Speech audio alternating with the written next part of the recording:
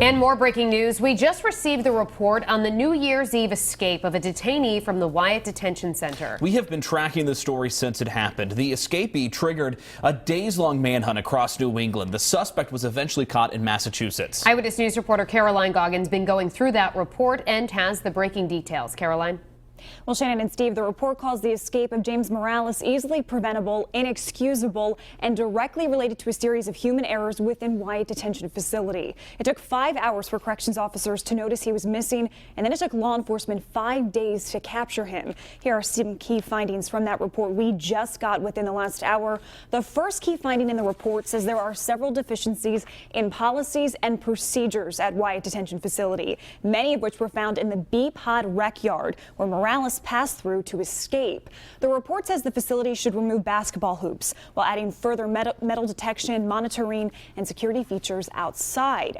Second, many neighbors were concerned when they weren't notified of the escape, and the report says that's because Wyatt doesn't have an emergency alert system, and it is not in a financial position to get one.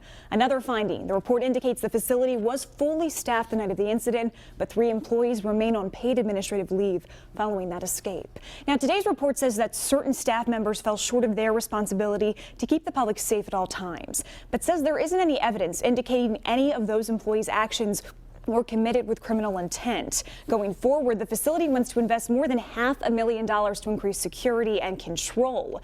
The warden has also submitted a request to the National Institute of Corrections to get an additional independent review of the operating procedures at Wyatt. Now, the report says the facility takes full responsibility for the escape of James Morales. The final report is still being compiled by the warden and should be released in a few weeks. Coming up new at 6, we share the timeline from the day Morales escaped. I'm Caroline Goggins, Eyewitness News.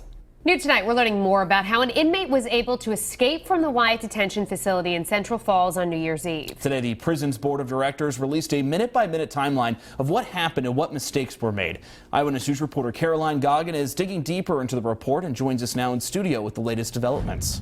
Stephen Shannon, the report says Wyatt Detention Facility takes full responsibility for the escape of James Morales. It says the facility was fully staffed that night, but 3 of its employees remain on paid administrative leave for their involvement. And we just confirmed that a 4th employee who was also on leave has since resigned. New at 6, we're sharing the timeline of New Year's Eve, the night Morales fled the grounds. A more than 7-hour time span documented in this 7-page report. It details the events leading up to the escape of Central Falls inmate James Morales. At 4 p.m. on December 31st, Morales was granted permission to spend time in his pod's recreation yard. When he underwent a pat search, the report says the officer failed to identify a bed sheet in his winter coat and a cutting device in his shoe. Just before 6:30, the report says Morales scaled a basketball hoop. While on the backboard, he cut a hole in the fencing large enough for him to climb through and get to the roof. Minutes later, he tied a bed sheet to a lightning rod cable and he jumped to the ground. The report says he scaled another fence between the train tracks and the facility, and then he ran north.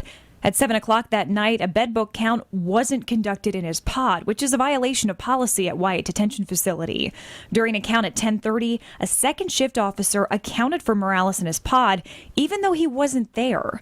It wasn't until 11 o'clock that night that Morales was reported missing from his cell. At 11:45, Central Falls police arrived on scene.